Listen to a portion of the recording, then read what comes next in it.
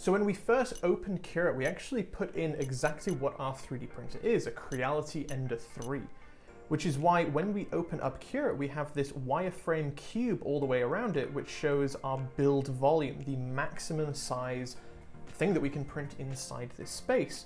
If we try and move this object outside of the zone, it turns into this stripy camouflage color, which is basically saying, hey, it's either outside of the bounds of our print volume, or it's just too large.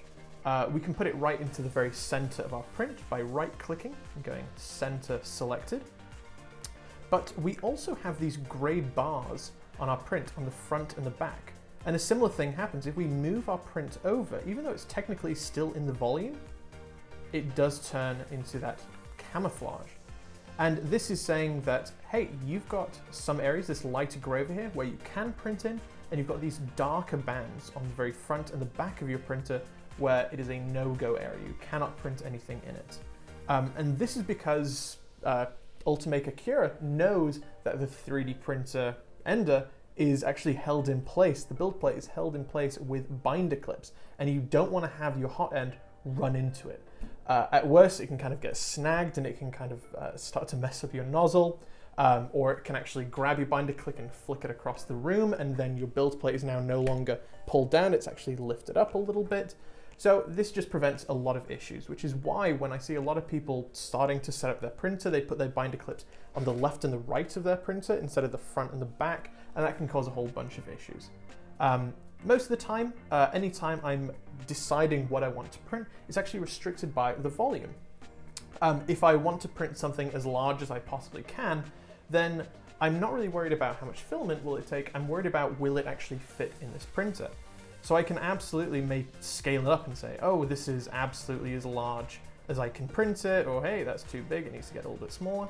But if you find that you want to make something that is pretty huge, and you're not able to do it in Cura, there's lots and lots of free softwares where you can actually take your item, cut it up into all different bits, and then print it in half, and then as soon as it's done printing, assemble it by gluing it together with some glue or some epoxy.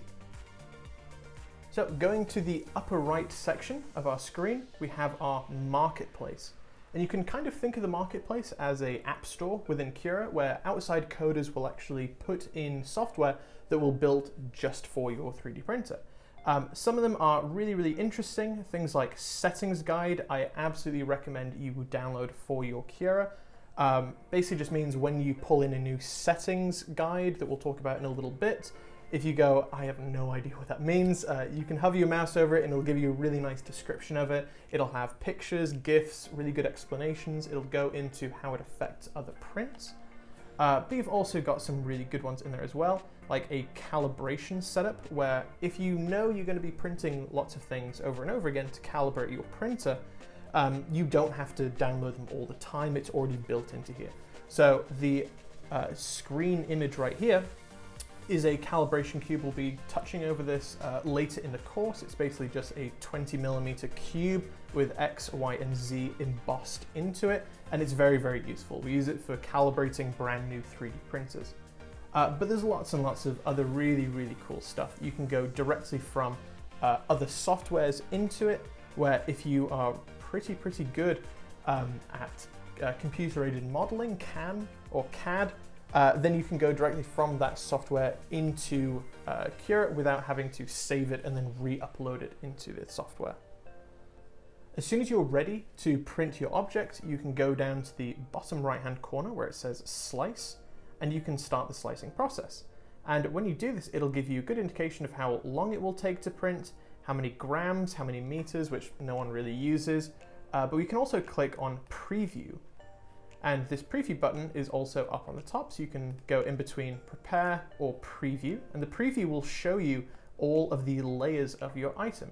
You've got this little slider on the side where you can check out all of the different layers of your printed object, and it kind of looks like a little time lapse as well. So you can go up and down on this. You can also use your up and down arrows on your keyboard, and you can check out each individual layer. And you've also got a slider on the bottom which will show you exactly where the nozzle is going and exactly how it is printing, where it's skipping, where it's moving over to different sections. And this will give you a good indication of if something went wrong, where it actually happened.